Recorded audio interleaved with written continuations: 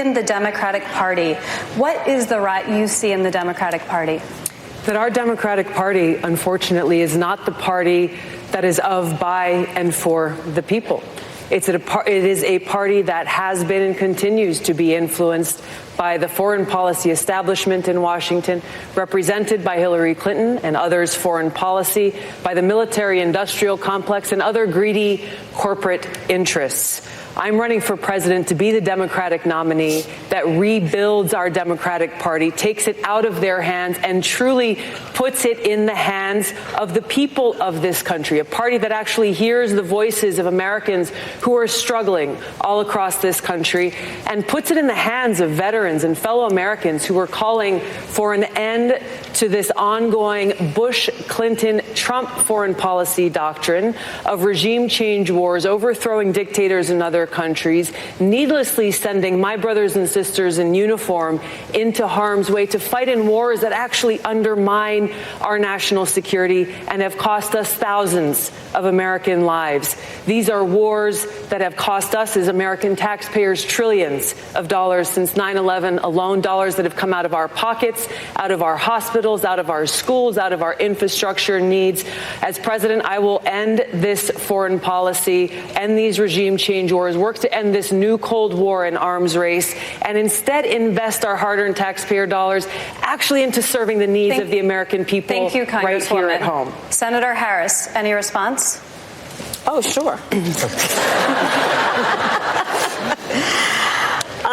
I think that it's unfortunate that we have someone on the stage who is attempting to be the Democratic nominee for president of the United States, who during the Obama administration spent 4 years full-time on Fox News criticizing President Obama. That's who ridiculous, has spent full-time, That's who has ridiculous. spent full-time criticizing people on this stage as affiliated with the Democratic Party. When Donald Trump was elected, not even sworn in, buddied up to Steve Bannon to get a meeting with Donald Trump in the Trump Tower, fails to call a war criminal by what he is as a war criminal, and then spends full time during the course of this campaign, again, criticizing the Democratic Party. What we need on the stage in November is someone who has the ability to win. And by that, we need someone on that stage who has the ability to go toe-to-toe with Donald Trump, and someone who has the ability to rebuild the Obama coalition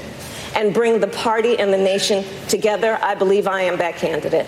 Thank you, Senator. Congresswoman Gabbard, I'll give you a chance to respond. What Senator Harris is doing is unfortunately continuing to traffic in lies and smears and innuendos because she cannot challenge the substance of the argument that I'm making, the leadership and the change that I'm seeking to bring in our foreign policy, which only makes me guess that she will, as president, continue the status quo, continue the Bush-Clinton-Trump foreign policy of regime change wars, which is deeply destructive. This is personal to me because I served in Iraq. I left my seat in the state legislature in Hawaii, volunteered to deploy to Iraq, where I served in a medical unit where every single day I saw the terribly high human cost of war. I take very seriously the responsibility that the president has to serve as commander-in-chief, to lead our armed forces, and to make sure always, no, I'm not going to put party interests first. I will put the interests of the American people above all else. Thank you, Congresswoman. I want to briefly give Senator Harris a final second to respond.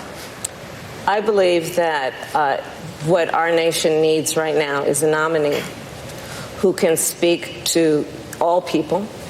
I spent my entire career standing mostly in a courtroom speaking 5 words, Kamala Harris for the people. And it was about all the people, regardless of their race, regardless of their gender, regardless of where they live geographically, regardless of the party with which they're registered to vote or the language their grandmother speaks.